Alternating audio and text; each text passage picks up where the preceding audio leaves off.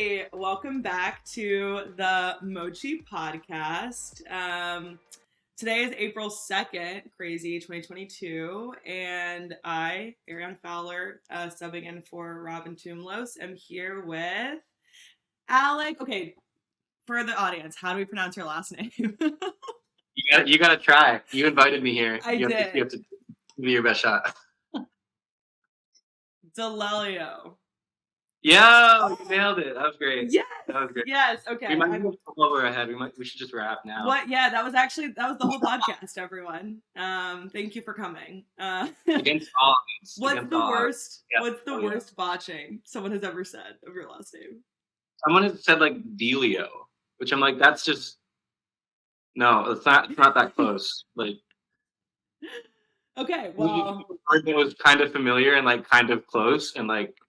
They just forgot. They just took the A and made it an E, and then sometimes people also get caught in like a weird loop of like like just stop there, you know. Like how many L's are here? Cool. Well, I really think for people whose names are more. I don't think D'Alelio is that difficult. Like the D apostrophe A thing just throws people, but like I know people whose last names are way more like phonetically. Disorienting to the I don't know, to the masses, to the masses, to the uncultured masses. God forbid I say that. Awesome. Well, where would you like to start? Is there any place in particular that you'd like to get started with our conversation today? So I can give some have you watched other podcasts? Let's start there. Yeah. Oh yeah. I've tuned in. Okay. So you've seen the different ways that people go about it. You know, we can do your whole life story, or we can do some just casual gabbing. We don't have to talk about blockchain, but we can. We can get started actually with your magazine article fame. You're famous. Oh man. Yeah. Well, we can talk about that. I mean, honestly, there's not. If you'd asked me years ago what I thought I might one day end up in Bloomberg for, like buying some songs would not have been it. But it was. They just reached out to me on Twitter. Akela, who was the reporter, just said like, "Hey, I found your ETH wallet, and I'm not anonymous. I'm fully doxxed." So she was just like, "Hey, I found your wallet." Do you have an ENS? Do you have an ENS, or does she find you your full address? Well, my ENS is where I have most of my music NFTs. Okay, so you do have an ENS though. DM'd me and there's pictures of me. I'm not LARPing as a frog like a lot of folks are. So yeah, I just reached out and was like, hey, we're doing a thing about music NFTs. Would love to talk to you. And I was actually super stoked because one of my biggest gripes with blockchain, not blockchain, but the way that we talk about blockchain is just the fact that this PFP $1 million ape narrative is all that a lot of people are exposed to. So I was like, oh, you're talking about music NFTs? Let's do it. Let's do it. And it was a really funny experience because we had this, and I've talked to some friends since then in journalism who've confirmed this is totally expected. But we had a 45-minute conversation. I had a lot of hot takes. I had a lot of what I might consider music industry takedown moments. Ooh, you know what I mean? Ooh. It was just I was honest. We talked in detail. She had a lot of questions. And then of course the article comes out and it's Alec owns 6 music NFTs valued at $12,000. Next thing. You know what I mean? That's so not. Would you this is a blank slate, right? So this is your time. So what are some takedowns that you would like people to know that you oh man. Sips water. I mean, one thing, this is something I've been thinking about recently, because I've been talking to some folks about sync licensing. Are you familiar with sync licensing before I go any further? No. Okay. So it basically refers to the synchronization of music, of a track with any other kind of media. So if a song is licensed to be used in a film, a TV show, a commercial, a game, anything, right? Have you ever heard of the music bed? What? Music bed? Are you familiar with them? Music Bag? Bed. Sorry, Bed. Music BED. Bed. No, I'm not familiar with them. Oh, okay. So they do that. They're like a company that like literally like licenses out songs and like it's like mainly like indie. They're from like my hometown. It's kind of funny. That's cool. Yeah. But they're like music bed plug. Yeah, Just music bed. like, Yeah, the music. And then Film Supply is like they're like licensing specifically for film. So like they have like the music bed and Film Supply. But yeah. Sorry. But I know sync licensing. Add that to my So, okay, we're on the same page there. But it's one of these things that just doesn't make any sense. It's been done the same way for like the past 70 years. And it takes usually like, to my knowledge, like 9 months before an artist actually sees any of the royalties, any of the payout from like their song being used. One. Wow. Two, when that actually happens, it's not like the artist is getting a breakdown of like, okay, here's the amount of revenue that was generated from the thing. Like, here's the cut that we're getting. Here's what you're getting. There's no record of it. So it's like, okay, you're getting paid almost a year later and you don't know like what your portion reflects relative to, it's a broken system. So that's like one example of something that blockchain's actually a very good fit for. I think people are quick to like put the blockchain label on things that like have no business being on the blockchain just because it's trendy. But there's certain things like this where it's like, no, there's a drastic need for more transparency and like auditable records of payments, stuff like that. So there's that.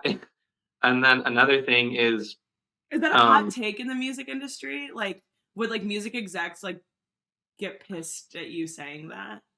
No, I don't think so. I think it's widely known. And royalties in general, it's a very like opaque, I feel like people have been griping for a long, long time about like the failures of the music industry. Okay. But it's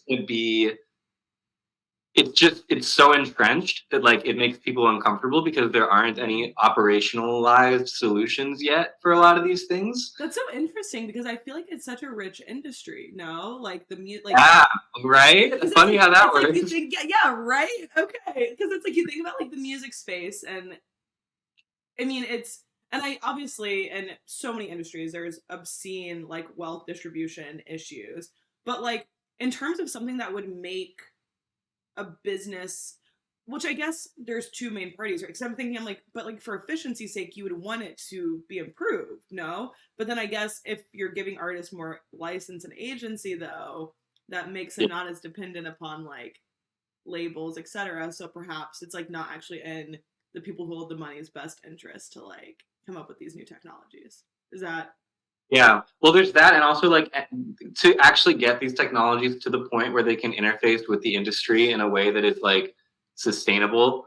It's going to take a lot of work, a lot of buy-in, a lot of capital, a lot of things that like people are comfortable with the way things are enough that they don't want to move mountains to change them. But that's not so much the case anymore. A lot of people are making the investments financially, energetically, like time. And the stuff is going to start to change, but it's going to be a really slow road to get there. Wait, so what's this actually, okay, so that was a good starting point, but I now want to know, like, what do you do? We can talk about that the whole time, I don't know. Yeah, no, we totally can, but I actually think it's more interesting, like, I love understanding, like, how people, like, what makes people tick, why people got into the things that they did, like, if they always were interested in them. So, like, share your music journey, I guess. And also, like, talk about your family also being into music because I found that out via Instagram.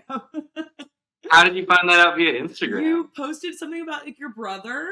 Like it was like something like, it's like a conductor, like something like I don't know, something I just he's doing a whole lot of king shit right now. I'm very proud. And so I like saw that and then we were DMing because I was like, is it your whole family? And then you're like, yeah, like I think you said like your dad or something. So it's like there's a dynasty among us. Yeah, so my dad, from the time he was like 18, he was in a band. For a while, like they were active, like gigging a lot around Boston until pretty much until he had us, my brothers and I.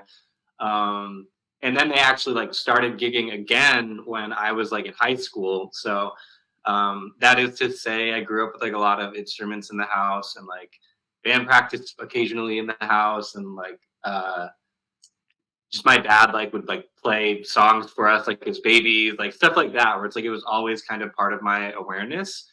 I didn't personally get into music or even have any desire to play music until 4th grade.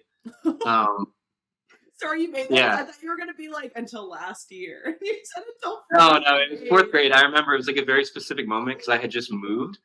Okay. I was like in a new town, new school, and I was never particularly into like sports.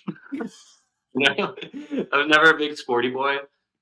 So like everybody at the time was like doing their sports, and I just remember someone literally just came into our classroom and was like, "Does anyone want to join the band?" And I was like, "Sure, sounds good." So I started playing the trumpet in 4th grade. Yeah. I still actually, we still got it. Oh my! I keep it on my as a prop. Wow. But I started playing the trumpet, and then like a year later, just because I was starting to get a little bit more interested, and we had a drum set in the house, I just like started to fuck around on the drums, and then I took drum lessons for like that year, and then the following year I got bored of drums and was like, I'm gonna play guitar now. And I pretty much that was it, because I've just been playing guitar ever since, and it became like a really, really major part of my life from middle school onward. Where like all of my friends were also like musicians, and we would just like nerd out in between like classes and like after school, and like we would just be playing music all the time. Like we had our birthday parties at like, we would like rent studios and like just like jam, and that would be our birthday party in like 7th grade. That is so cute. Yeah, so it was like a big part of my young life for sure. That extended through high school. I started performing a lot in high school. Were you participating in like music stuff at school as well? Because like you said, like band, you trumpet, but like did you say like I'm actually gonna go like indie and do my own music, or were you still kind of doing organized music alongside? I mean, in like the middle school days, I was mostly just doing like school kind of stuff. Okay. And like messing around with friends on the side. But starting like actually like almost immediately when I got to high school, I started performing like solo stuff, mostly covers. And I wasn't really thinking about, I would play like at least once a month, usually more. I would do a show. It was on campus usually. Luckily there were a lot of performance opportunities, like thank God. Wow. Was your school a performing arts? Like was it like a performing arts like magnet school or something like that, or no? It just No, it was a prep school. Okay. It was a kind of prep school where there are a lot of admissions events, a lot of interested parents looking to see what cool stuff. Oh my God! So you were like the face of campus. I was like look, we have like people who do this. Look, we have people who dance. Look, this kid plays Jack Johnson. Like, oh my God, you're playing Jack Johnson covers. This is... Oh, I was on a wave. My music taste was like a fucking. Do people swear in here? Am I? Yeah. Yes, you're fine. Yes, absolutely. Yeah, I say fuck regularly. A very strange time for me where my music taste was split between like System of a Down on one hand, loved System of a Down at this time, loved Dave Matthews Band and like Jack Johnson, and I was also really into this like Australian jazz kind of scene. I was like all over the place. Okay. Interesting. But it was good.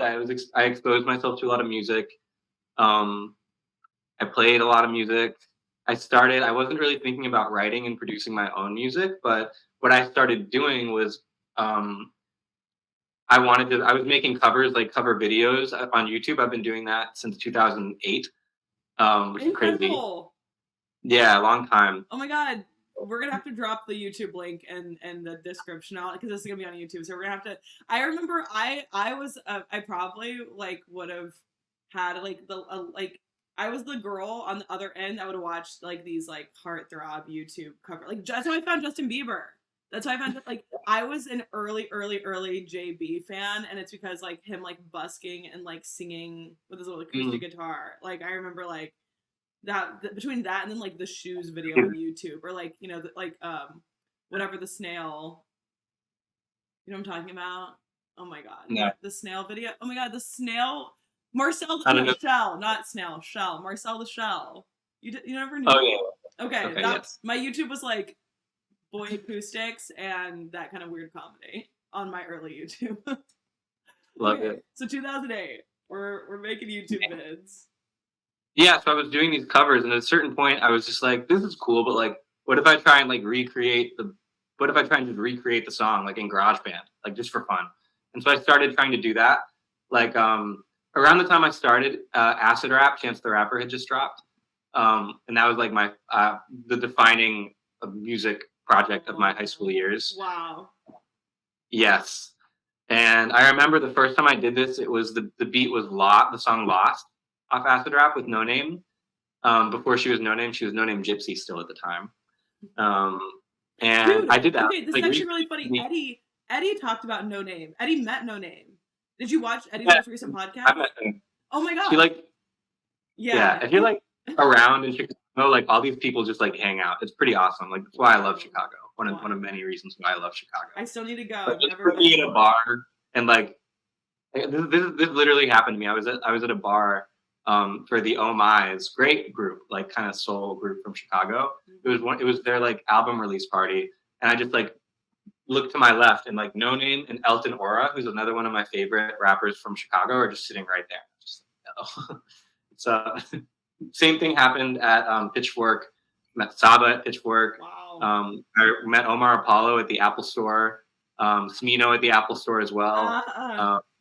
Yeah, people they all just hang out. It's great. Maybe not so much now because they're all like really on at this point. But yeah, people just like show up for each other, and it's a beautiful thing. Okay, wait, pause for 1 second. My computer is giving me some weird. All right, we had a quick technical intermission, but we're back. I don't know if anything changed. Okay, so we were talking about Acid Rap. Acid Rap, yeah. So no, at the time I had been doing these cover videos, and I was like, this is cool, but like, I don't remember what it was, but I was like, let me see if I can recreate these instrumentals like in GarageBand. Like it just seemed like a fun thing to do. So I did that with No Name and Chance's Lost, recreated the beat. It wasn't as hard as I expected it to be, and it sounded pretty good. And I remember just after doing that one, I was like, I could like make my own beats, or like I could record my own. I don't need to just, So I started doing that. Didn't release anything. I was just like playing around, like having fun with it. But that kind of set me on another path of like wanting to write and produce my own stuff. Which honestly, I've never gotten like super, super deep in. It's always kind of just been like a hobby that I enjoy. I've released a little bit of music. I released an EP a few years ago, but I feel like, that's been kind of my music journey, was like starting in 4th grade, like learning a bunch of instruments, guitar stuck, performed a lot, started making beats. And was it ever? I surround myself with a lot of people who do the same. Yeah. And then that led like pretty naturally into a lot of the stuff I did in college. So like one thing, I formed a group at Northwestern with a group of friends called the Dot Wave Company, where we hosted concerts essentially highlighting student musicians. Like we would do it in my basement for a while. Like almost every weekend we would just have shows because there weren't really performance opportunities for student artists on campus.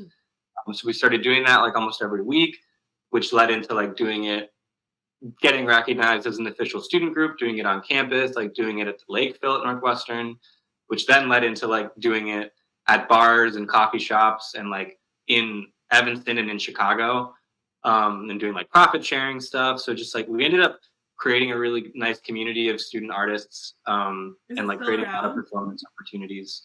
So is it still around? Yeah, they're still active, which I love to see because it was like 5 years ago now that we started up. Cool. That's awesome. And so from there, did you continue post-college? So the last couple of years, so I graduated, I moved to New Orleans. I lived there for 9 months and I was in a band when I was there. It's also around the same time I got like heavy into YouTube. So I was posting YouTube videos almost every week. I was gigging every couple of weeks, like in the city, which was great. And then obviously COVID blew everything up. I left thinking I'd be back in a few months, never came back. You know how it goes. And yeah, it's been an interesting kind of journey because I feel like I used to have this habit of like every night, like before bed, or like I would make time to like work on beats, and like I'd be working in Ableton. or like recording guitar or whatever. But after I left New Orleans when COVID hit, two things. I got incredibly deep into crypto and NFTs and all the things. DeFi at the time was the thing. Yeah. And started learning how to code. So now I'm like spending several hours a day like working in VS Code and like watching coding videos and like doing the thing. So like at the end of all of that, like the last thing I wanted to do was like open up Ableton and start making beats. I wanted to like go for a bike ride or like go hang out with my parents or like something. I didn't want to just stay on my computer. So I feel like my coding journey kind of disrupted my music journey a little bit, at least in like the online way. I think it pushed me to like pick up my guitar a lot more, but I wasn't like recording and producing things. Why did you start coding? Why did I start coding? Honestly, it's something that had been in the back of my mind for a while. I think the thing that pushed me into it at that time was that I was working on a project called Sofa King Fest. It was like an online kind of TV guide-esque platform where we aggregated live stream concerts from like Facebook, YouTube, Twitch, like all the platforms, and we put them in like a TV guide type interface, a website. And we used this platform to host these telethon events, raising money for PPE, not PPP. In New Orleans, raised a few $100,000 doing. Yeah, but I was the only non-technical person on that team. Oh wow. Okay. So like I just found myself like I really wanted to like help, and I mean I did a lot. Like I was the only one that was like curating those streams, and I was like loading like, you know, on like 6-7 different channels. I was manually loading like 24/7 live stream content. And I was managing our socials, like, and I was doing OBS, and I was doing all this stuff. So like I was doing a lot.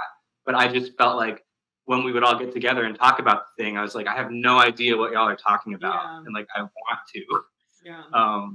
So that experience, that wasn't sustainable. It was like a volunteer thing anyway. But I came out of that and I was like, next time I'm working on a really cool product like this, I want to be able to understand like what everybody's doing and like how it's being built. And I want to be able to like add my thoughts in a way that like isn't attractive, because I feel like if you don't know how products get built and if you don't have any context for like engineering product development, then you're really limited in like what you can contribute. Yeah. So I was feeling like I was out of work at the time because the company I was with in New Orleans didn't make it or went out.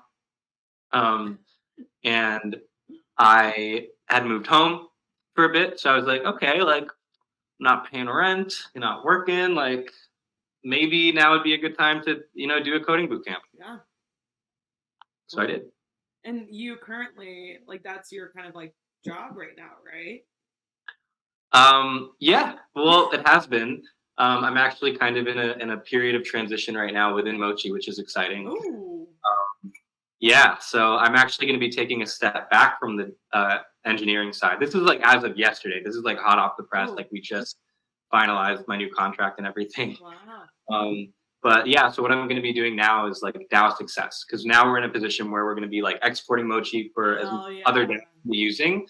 And so I'm going to be the point person to like onboard those communities, like make sure that they're successful using Mochi, and like relaying learnings from that to like the dev team for, you know, on the product.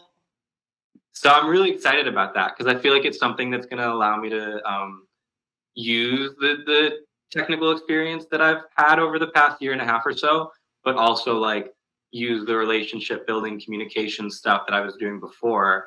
So I'm really hyped about all of that. But how did you find Mochi? What's up? How did you find Mochi? How did I find Mochi? Eddie plugged me in. And how did you know Eddie? From Chicago days or what? Mm-hmm. Okay. Yeah, so the summer going into my senior year, I think it was, this is the same time I was working on the EP I mentioned before.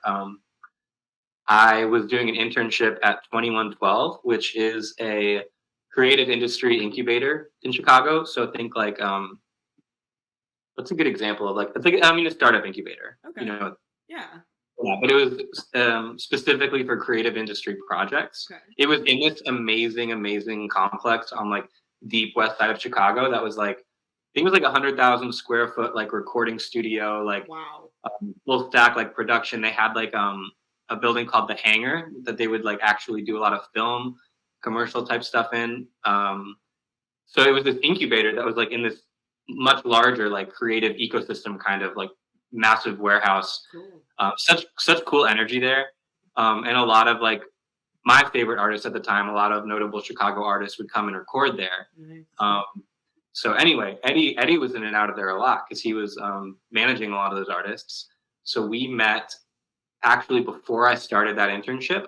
We met because he was coming to speak at Northwestern, like about 2112 as a representative of 2112.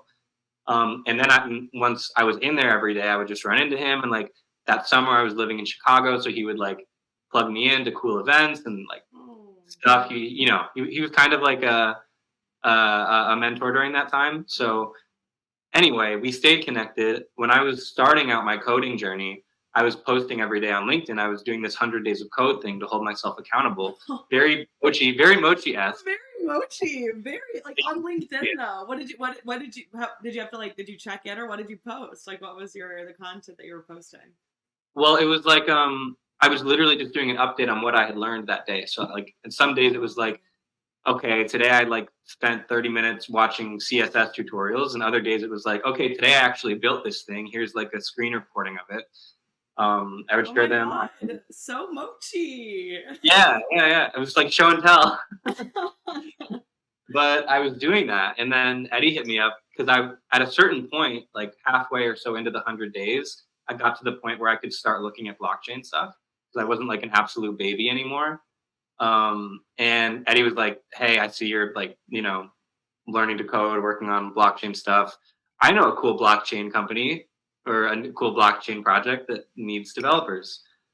And at the time I was like imposter syndrome, like I can't build a product, like I'm a baby.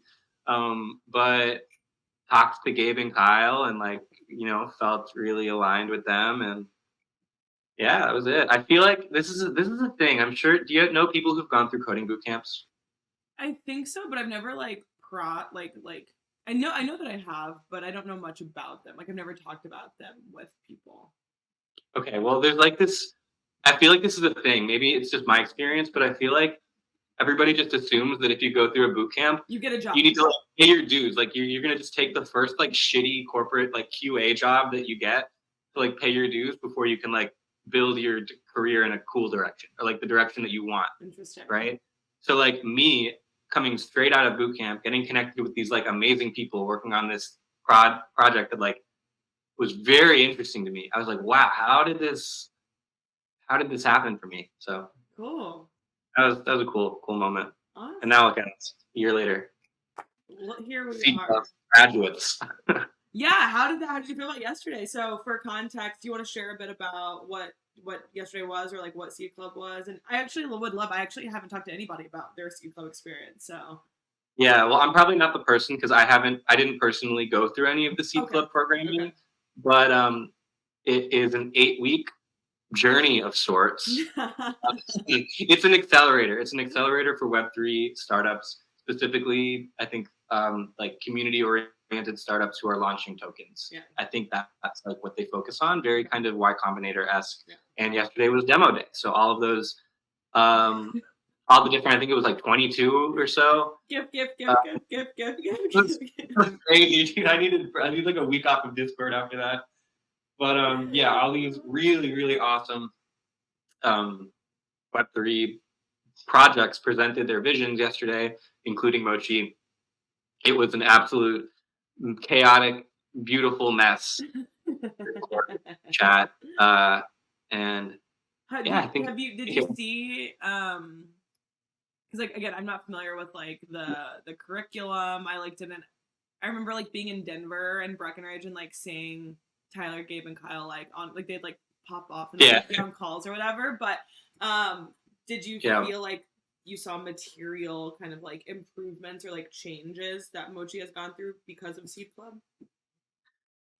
I mean, it's hard for me to comment because a lot of the things that like have been worked on over the past 8 weeks as part of Seed Club are things that like we've been talking about internally for a long time. So it's okay, like yeah, they're coming. Things are like going to start to come to fruition now, but it's not like brand new. Yeah. Okay. But I also feel like it's just been such a like the last 8 weeks between ETH Denver and like South by and like people been in and out of New York, and I feel like we're gonna need a few more weeks to like integrate everything because it literally just wrapped up today. But yeah, there's definitely some exciting stuff coming from Mochi that I think Seed Club really accelerated. Amazing. As an accelerator. Yeah. So we're launching a token. I mean, we're launching our token, and Mochi is going to be playable in other Discord communities. If anybody listening to this is a DAO operator or other, it doesn't need to be a DAO, Discord community operator, interested in creating more engaged participants, hit us up. Check the what link below. I don't know what the YouTubers say. They're always like, and down below. I'm like a YouTuber, but I'm not like a YouTuber. You know what I mean? I've been like casually like I don't produce my shit. Like I literally just like take selfie videos on my phone and like upload them directly. I don't like do the whole bit. But I think people kind of like yeah, I think people like that. That's kind of, I mean, we're seeing that trend at least on like Instagram and TikTok, and like, I mean, I think those are really the main kind of like two content platforms at least. But I think like that's been like in like in the content creator space, I feel like there's like or those that like watch the space, there definitely is more of a like,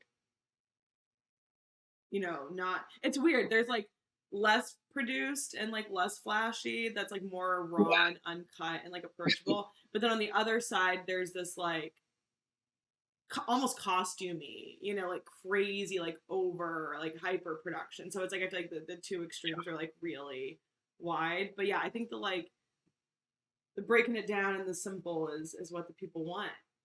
So what kills me is when people comment on my YouTube videos like, yo, it sounds so good. What mic setup do you use? I'm like, bro, it's my phone. It's an iPhone 9. Like, not anymore. No, not anymore. I've got the, I've got this. Okay, an iPhone 9.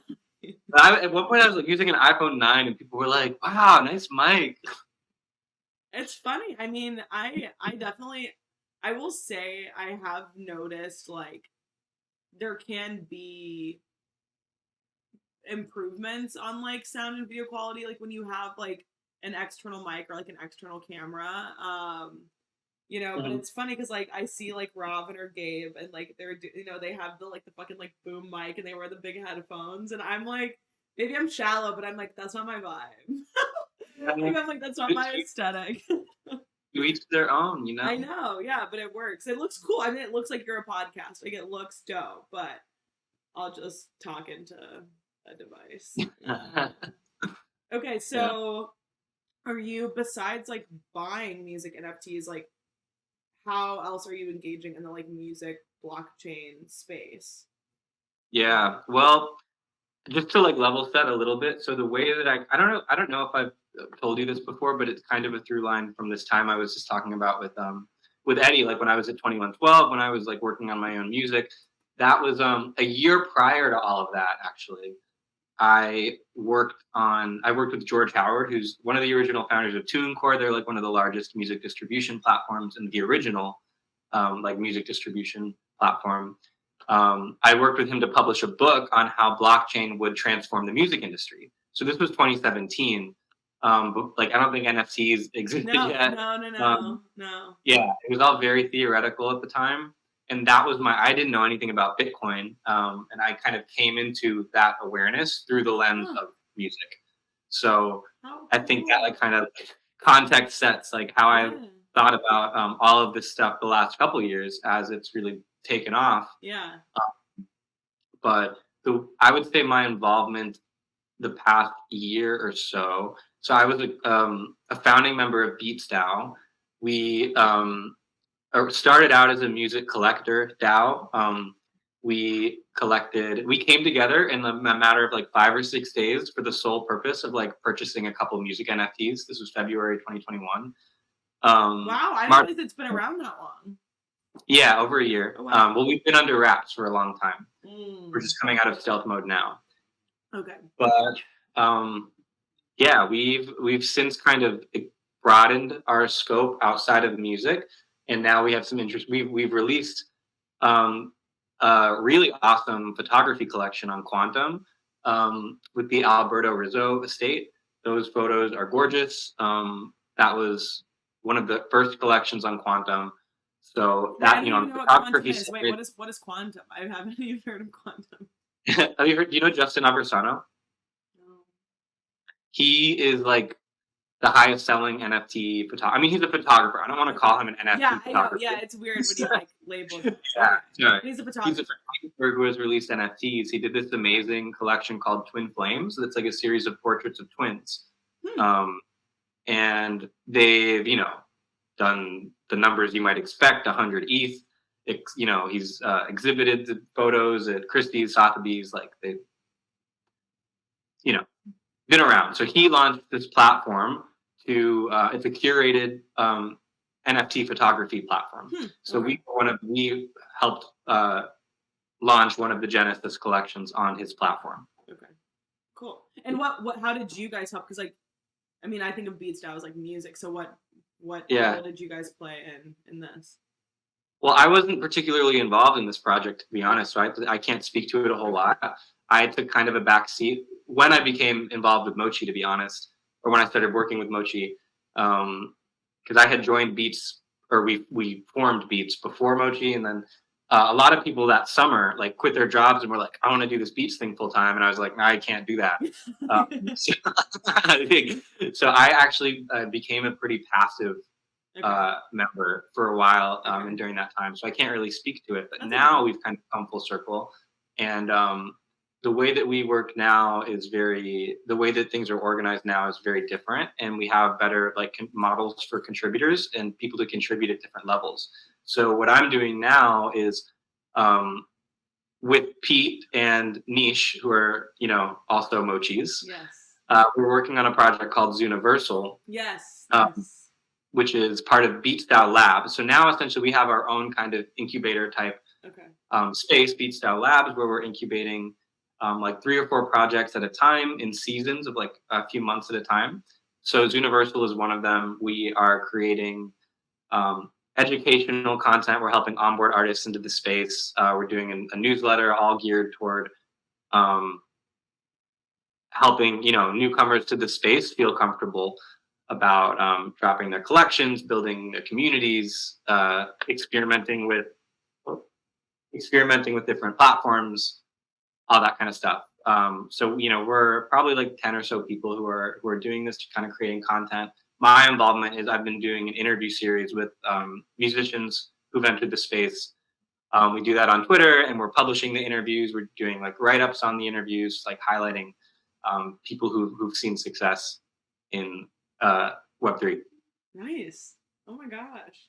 I love I love just like the head first jump in. I mean, it's not head first because like obviously 2017. That's actually when I got into the space as well.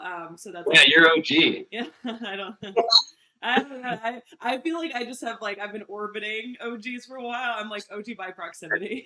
Same. But I love like I don't know. It's really cool for me. I guess like you know if I want to use the term OG to see people join projects in an unstructured way, which kind of is the like not I shouldn't say unstructured, but like early Mochi right was like we met through like consensus, right? Like we had like day jobs, like we had W-2s, like we like had an office and like we had jobs, and then like Yeah. there were all What's these a like W2? I've never seen one of those before. do what?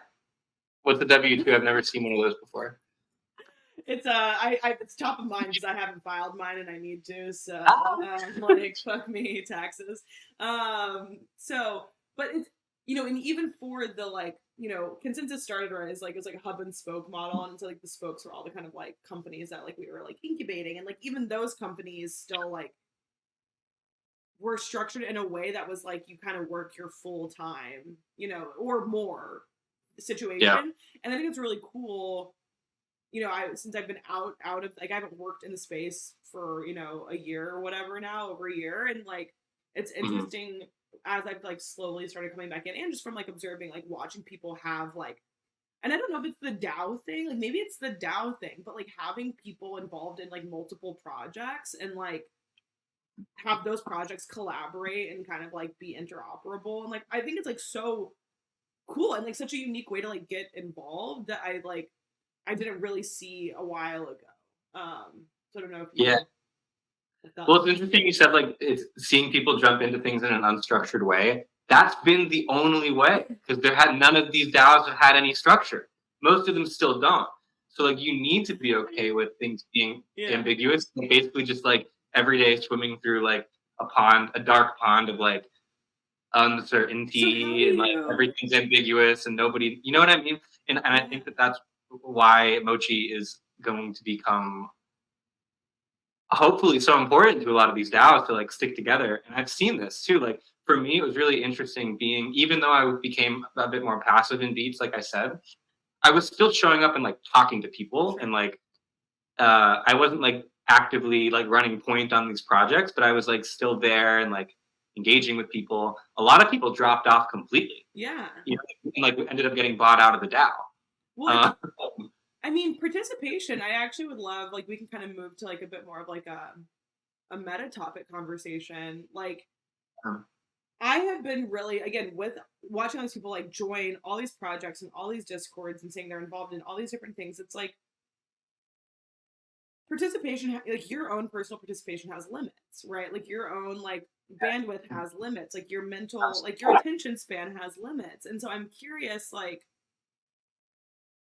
how, you know, like if everyone is a contributor to like even like let's say like 3 DAOs, that's a lot. And like how like I'm curious like in your because like I'm not really like, you know, I would say like as heavy like in a contributor DAO environment. So I'm curious like are there conversations or like do you think about like measuring your contributions or making sure that like you have some sort of balance or like are DAO leaders like talking about contributions with the DAO, like I mean, so I can really the only DAO that I'm really involved with outside of Mochi is Beats at this point. For the same reason, like I definitely had a period. It's like Zooniversal is like well, I don't know why I call it Zoo. I just gave it a nickname, but yeah, well, Zoo is just part of Beats. You know, it is one of the Beats labs. Okay. And just to like just so it's on record, our other labs we're working on. One of them is oriented around gaming. One of them is sports, and one of them is like tokenomics. Great. Okay. So the music side, and Zoo isn't even strictly music. Zoo is like multimedia creators. Okay. You know what I mean? I just happen to be focused on music within Zoo. Yeah. Okay. So yeah. But we do talk a lot about this because we're in a position now where I think a lot of DAOs and a lot of crypto communities took the route of like, let's just launch our token, let's LP it, let's let anybody buy into the DAO, you know, like kind of friends with benefits model, like anybody who buys X amount of tokens. Actually, sorry, they're not the best example because you do have to apply to FWB. Yeah. So that's different. But some of them, it's literally as easy as buy 1,000 tokens and like, you're in the DAO. Yeah. You know what I mean? And Beats was never like that. Beats was like, we're extremely compliant. Like everybody who was in the DAO from the beginning, and we raised funds from like another set of investors and like those people as well. There's about 80 of us in total. Everybody's KYC'd. Everybody's like on like we're incorporated in Wyoming as a Wyoming DAO. Like, you know, very like we took the like, let's actually do this in a way that will work for the long term. Shocking. Well, no, but now I think that's so interesting. Like I would love to know, and I don't know if anyone has research on this or if you've seen it, but like I would love to know how many of the DAOs that exist and are self-identified DAOs actually are like not I should say legal entities, but are like have a structure and like have some sort of you know even the term DAO, I'm like, are you a DAO or are you a Discord? Like, are you a Discord? Talk you know? about it. Talk about it. This is my hot take. This is my latest hot take because I'm just like, I think, and yeah, several people in Mochi have heard me rant about this, so I won't go too far on. But yeah, I love hearing that though, that like you're like, it's being thought about within BeetsDAO. I think that's great. Yeah, so we have actually like 3. So we have like BeetsDAO, which is like the 80 or so of us investors, are Beets tokens. Those have no monetary value. They're not tradable. They're purely for voting. And then there's Beets Services Co., which is an LLC. And there's a small group of people, DAO operators, who are like full-time employed by Beets Services LLC. You know what I mean? So that's just like a company. And now what we're launching with the Beets Labs is like the more public-facing community.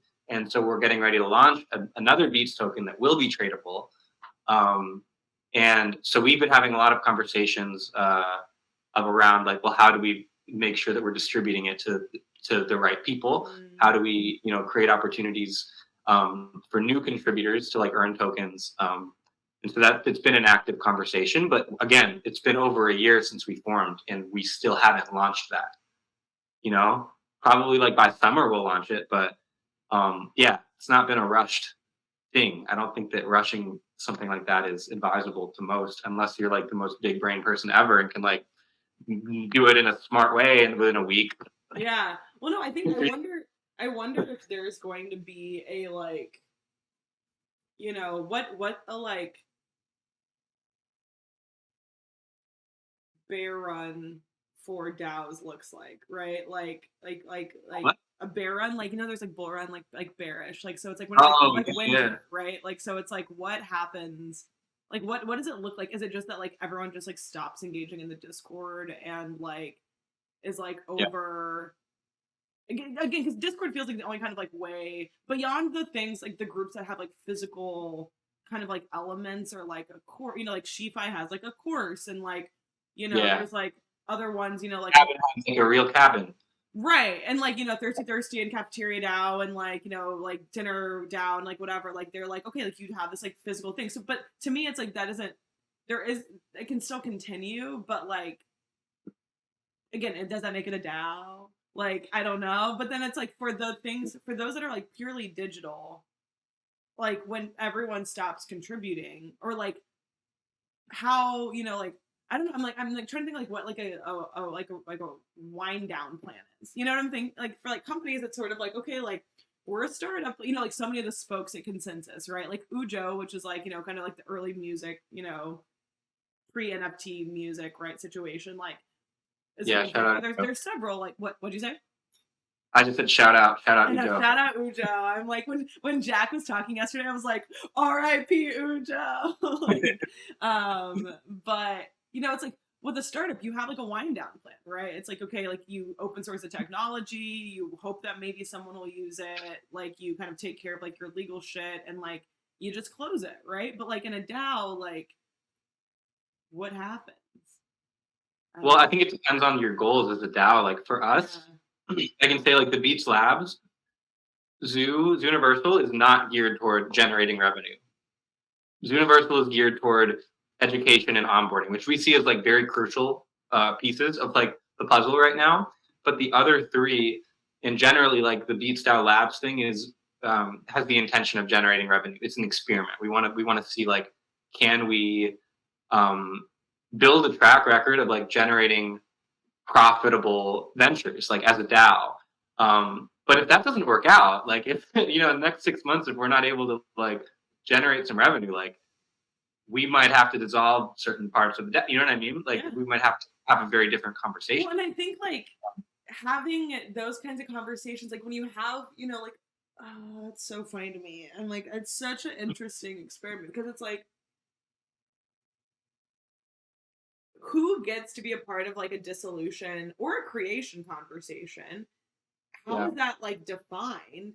And also like, how is that communicated to the rest of the community, right? Like, I think that like like I have questions even, Mochi is life. Like I have questions, right? With like how regards to like,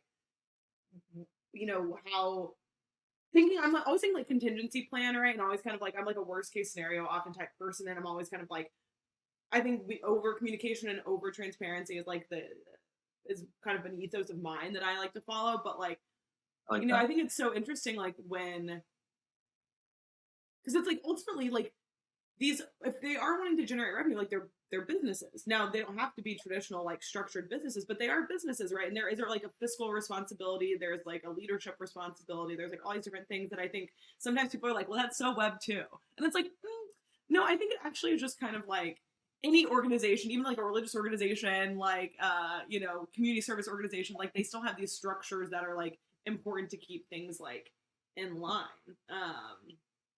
And Yeah, I don't. It's fascinating to watch. It's fascinating absolutely, to watch. absolutely. I think it's gonna be really a really interesting year for DAOs in particular, and just like decentralized communities Yeah. or whatever that whether I think that hopefully we can really nail down like you mentioned, like this definition of like a shared definition of like what really makes a DAO and like Yeah. where do we draw the line. I hope that becomes a little bit more standardized. Yeah. But just seeing like it's awesome though seeing communities. Like it's so cool. It's like it feels like student groups. Like you talked about building a student group in college. It reminds me of like building student groups in college and like where it's like, and we're gonna have a pizza party club and we're just gonna make pizza, or like we're just gonna do like all these like special interest groups popping up and it's like, yeah, fuck it, just do it. Just like make it. And like it's cool yeah, to see, but then you add in this like monetary incentive element that's like like cognitive dissonance. like, oh no, Yeah. money. Actually, the thing I like most about Mochi is that it reminds me of my favorite student group, my favorite group that I've like ever been a part of, which was called Warrior Theater Collective. Oh, Um, are we what? both theater kids? I mean, Yes. The answer is yes. I was not really a theater kid, but I became involved with this group BTC because I thought a lot of my friends were involved with it. We did these immersive theater experiences that were geared toward like getting people who might not opt to like go to a theater show. We were trying to make like immersive theater like kind of experiences more accessible to those people. So we were like hosting these events that like really blurred the line between like theater and party. And so yeah, we were just like an artist collective. Like I was producing a lot of music. And we did some really, really cool events and like we would all just hang out and like make art together and like anyway, I feel like Mochi I get the same vibes like being in Mochi, just like people, a lot of like-minded creative people who just like want to hang out and like make stuff together and like genuinely just want to hang out. Yeah, like we just chill. Like it's so real friends. Yeah, we really it's so do. funny. And like I mean now that Mochi Bot is like, going worldwide, right? Like it is like a product, Mochi Worldwide. And it's like a product, it's like, okay, that's cool. But then I think about like the community and I'm like, we just like chill. Mm-hmm. Like, and I think it's great. And like we have outputs, right? Like we have like the zine and we have the podcast and we have all these different like clubs, but like we just like hang. And it's like it's so funny. How do you explain Mochi to like your other friends? Oh or yeah.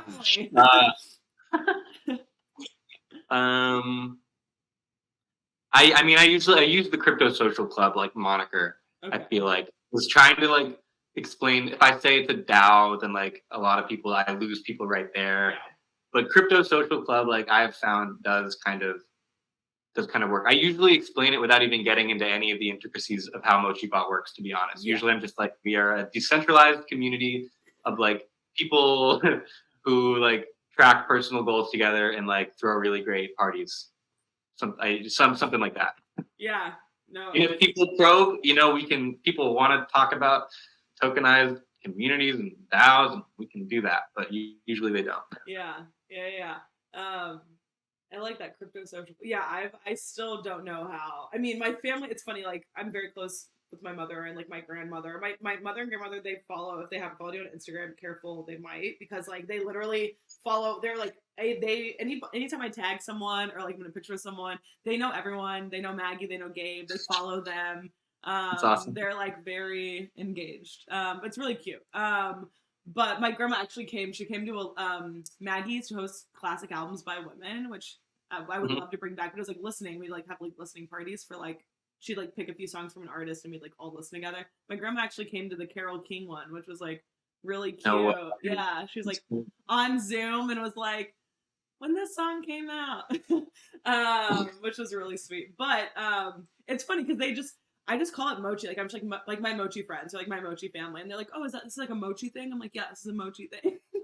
And they just like, what Yeah. has been okay? 2 questions. How many journeys have you done, and what have your Hmm. goals been? If you know, I don't even know how many journeys I've done, but I'm curious if you, because it's been a shorter time since you've been in mochi. I think 4. Okay. 4 journeys with Mochi, but we also like, so us as a team, like we've been using MochiBot internally this whole time to track like our work projects. You know what I mean? Yeah. So like I have those goals as well, which is like I want to build a Mochi shop and I want to like I want to get like test coverage on the front end and like stuff like that. Which probably I'm guessing you'd rather hear about my. No, I mean no, I don't care. You can share whatever. No, I'm just saying if you include those journeys, it would be more like 8. Because Okay. usually it's like 2 at once, like the personal one and then like the work Okay. one. But personal journey that I did was actually because I explained earlier how like learning to code kind of I ended up kind of distancing myself a little bit from like my music production habit. So when I joined Mochi, I decided like, okay, I want my goal to be like, I'll produce something every week, make a beat, make a song. And I didn't do that. I made 4. It's a journey's 8 weeks, so I would have expected to make 8 beats. But I remember coming out of it and doing my letter to self and everything, and I was like, you know what? I didn't achieve my goal, but I made four beats. Like I might not have made any beats if I hadn't done this journey. So like that's success, you know. So that was an interesting one where I was like, I didn't really get my goal, but like I feel good about what I did do. Right. That's cool. And then the next one I did was I want to meditate every day, which I did for the duration of my journey, and Wow. then Wow, though that's impressive, though.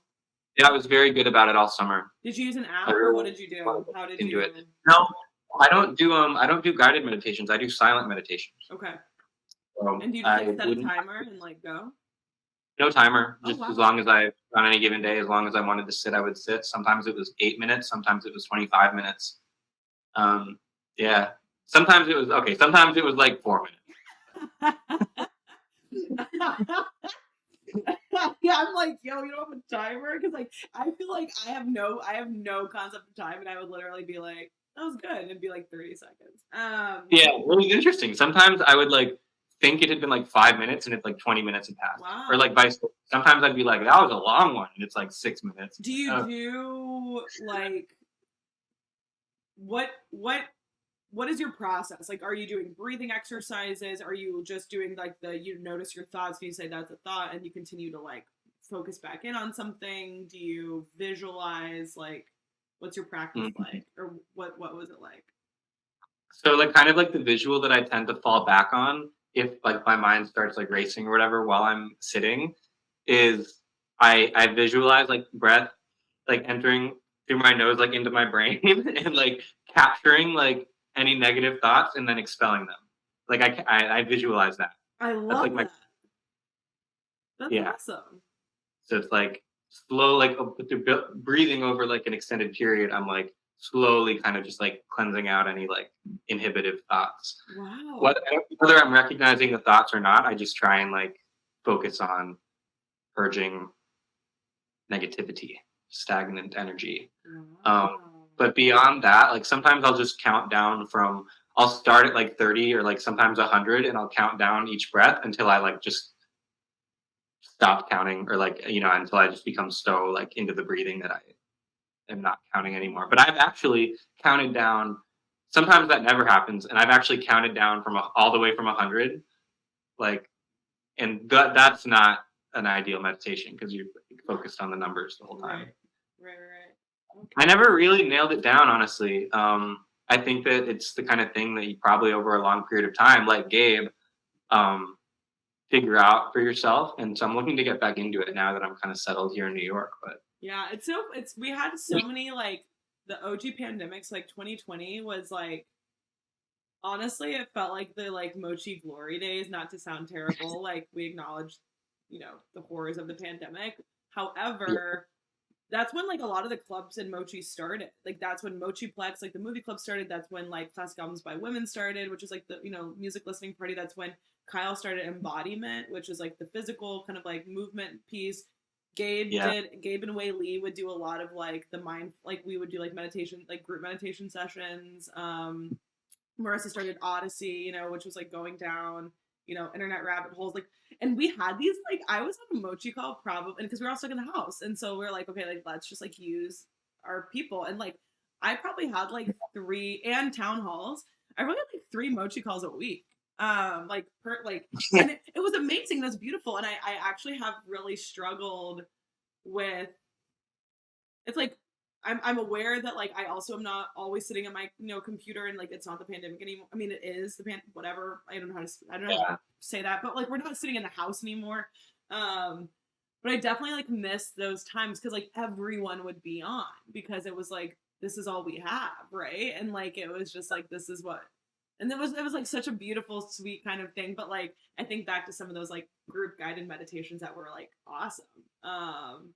But now we still have the channel, so everyone can still like post. But The only group guided meditation I've done with Wei Lee and Gabe was in person in Martha's Vineyard, and it was lovely. I'm so sad I missed that trip. I'm so ready for. That was a blast, like getting to do the little party at Wayne's house. Yeah. But I was actually thinking, I don't remember what it was. Well, probably what it was that I was like restless trying to go to sleep, and I was like, I should really be meditating. I would probably go to sleep a lot easier if I'd meditated. But I was thinking like we should bring back Inquiry Club. I agree. I concur. I want everything back. I'm like, not that it's not back, but I'm like, I just like it became such a. I mean this is my. I get people have other things, but like Mochi is like my top priority. So.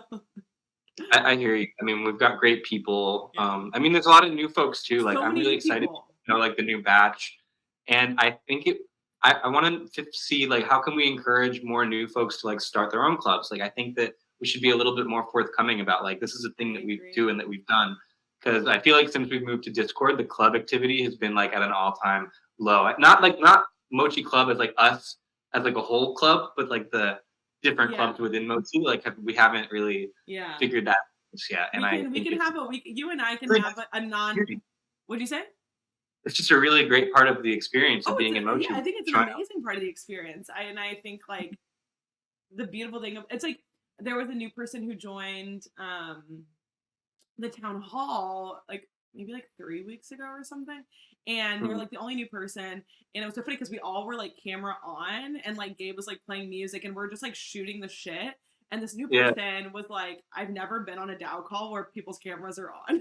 And we were like, games are like, yeah, and we're like, oh no, we're just like shit, like we're just like fret, like we're just like this is just like, and it's really funny because they were just like this is really cool, and like again we're just like blah blah blah for 2 fucking hours, and they were like, and they've continued to show up to things, and I'm like, yeah, I wonder like, and this is something I was like, I was briefly social chair for like 2 months. That's right around the time that I joined, like right when I joined Mochi was like right as you were like transitioning out. Yeah, because I know you're still like very very much in, but you know what I mean. Yeah, well, no, I mean it was great because like I had wrapped up one job, I was like moving to another job, and like in that like time frame I was like I have spare energy and like wanted to make some cash, and was like already kind of doing the social chair. I still think I kind of do social chair things, but like it was like I had a lot. I mean, I think one of the beautiful things about having been a part of Mochi for so long is like my long list of ideas, and things that I have of like what I would do, or what we could do as a team, as a DAO. But it was like, that was one thing that, I mean, we did a survey, that I think like, I mean, we have so many more new people. This was also still Slack days, right? So it's like, I feel like it's not a completely different entity. I feel like it's like the energy is different because of the change to Discord, but then also because the world has opened back up.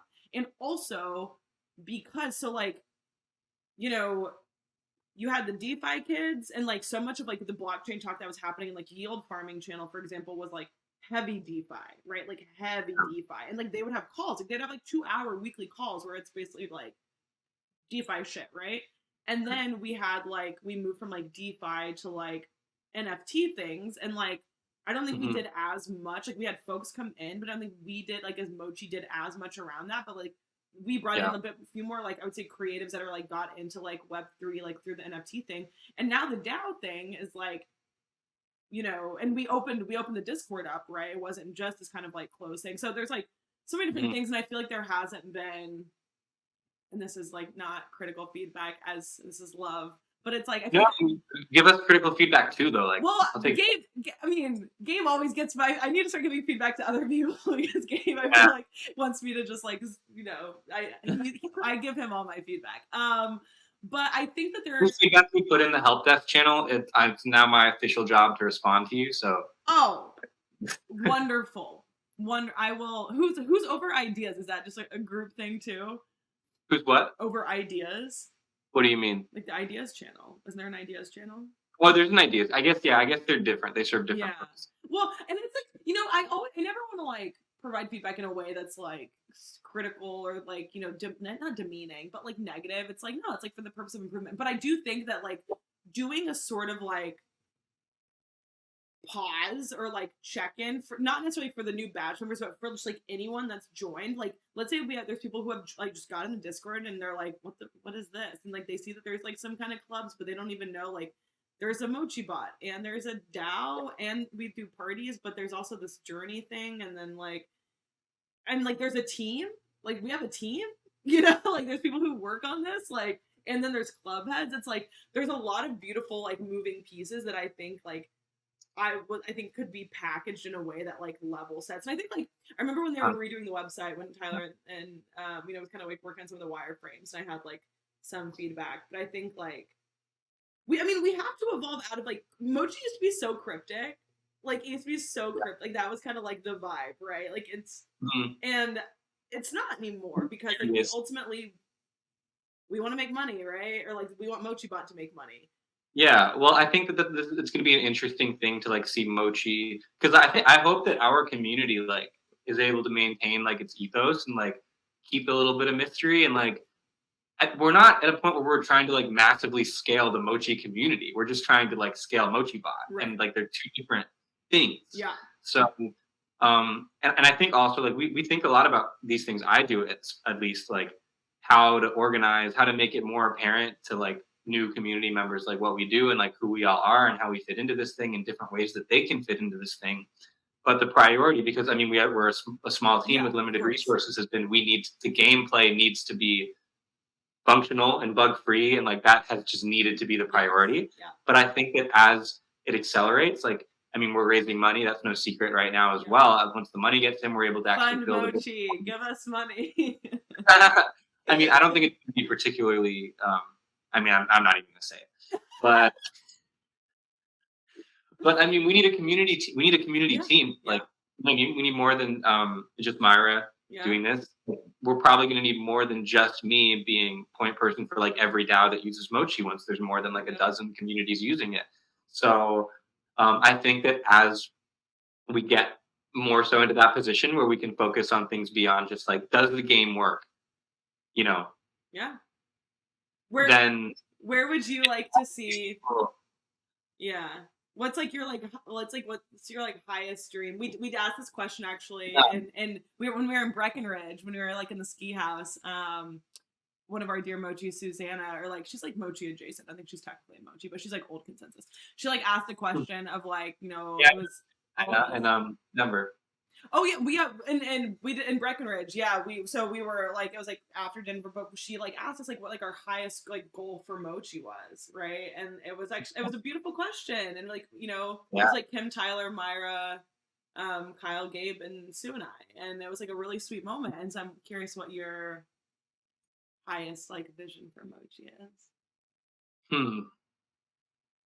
That's a very good question. I'm definitely gonna like have to stew on that for a bit, but right now I can give you my like off rip answer, just because I've been thinking a lot about like how do we make this thing work for other communities. Like this is something that I personally like through my involvement in Beats, like we've talked about. I've seen firsthand a lot of people drop off, a lot of shallow engagement.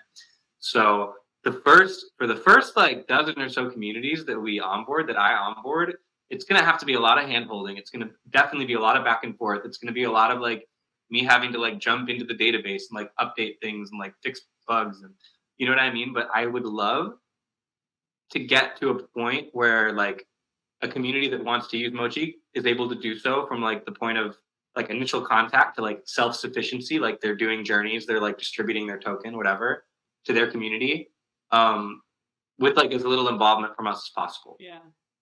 Like, so that's like a very like product, just because that's kind of how I've been thinking about things. Yeah. But I feel like, and I'm excited, I think, as stepping into the role that I am now, it's going to open up a lot of my brain space to like think more critically about like the DAO space in general, and to like have a lot of conversations with people who are running and who have built other DAOs.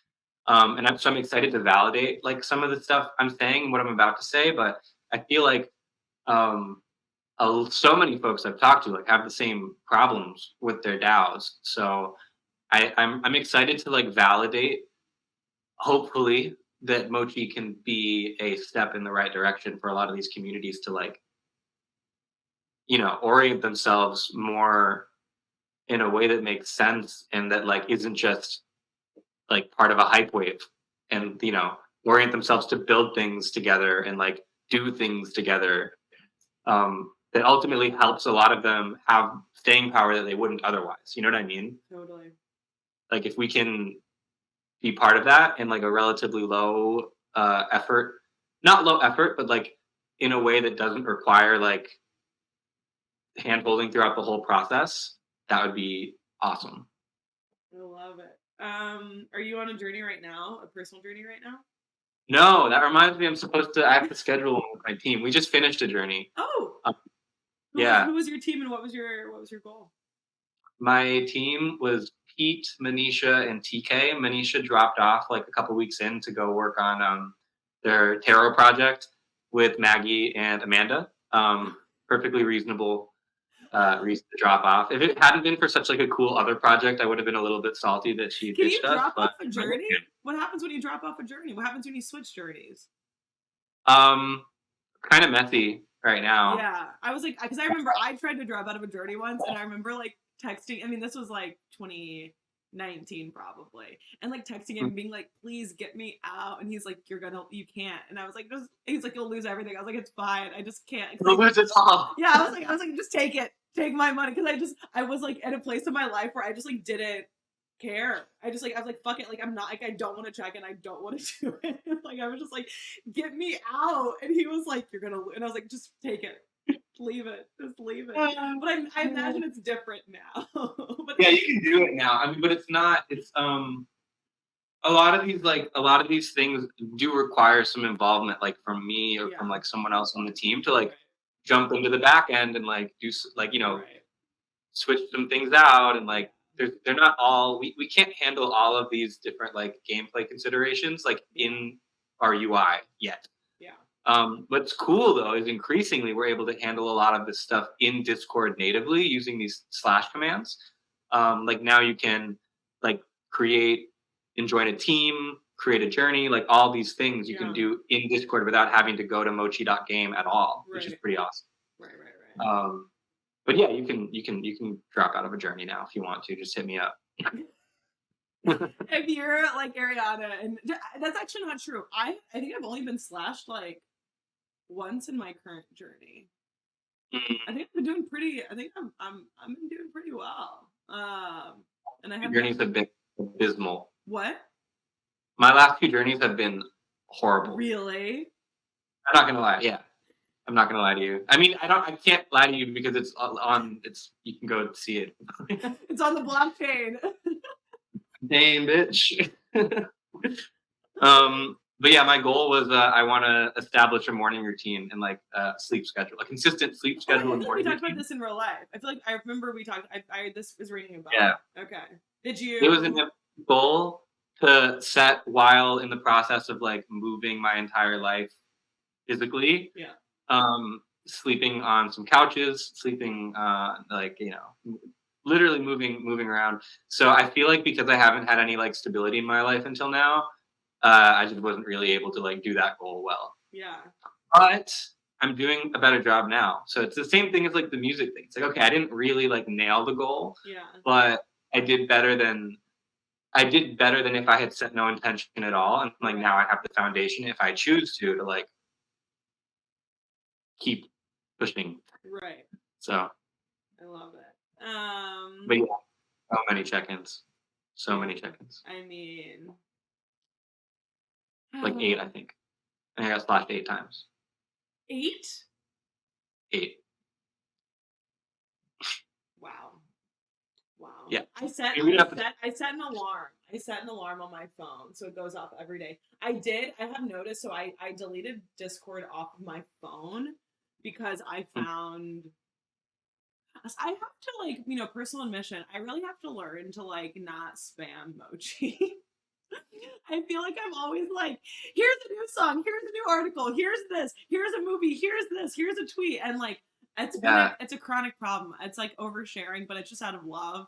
And so in an effort to like stop, I deleted Discord off my phone so I can't send shit from my phone. But that also means I can't check in.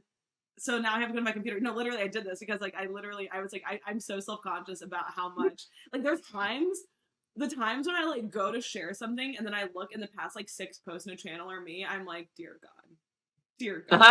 I'm like, this is bad. This is not okay. So I've been trying to do less. Good. I mean, I don't know. I think it's good. I think we just need to. We had this conversation too as a team recently, like, hey, about aRiana oversharing.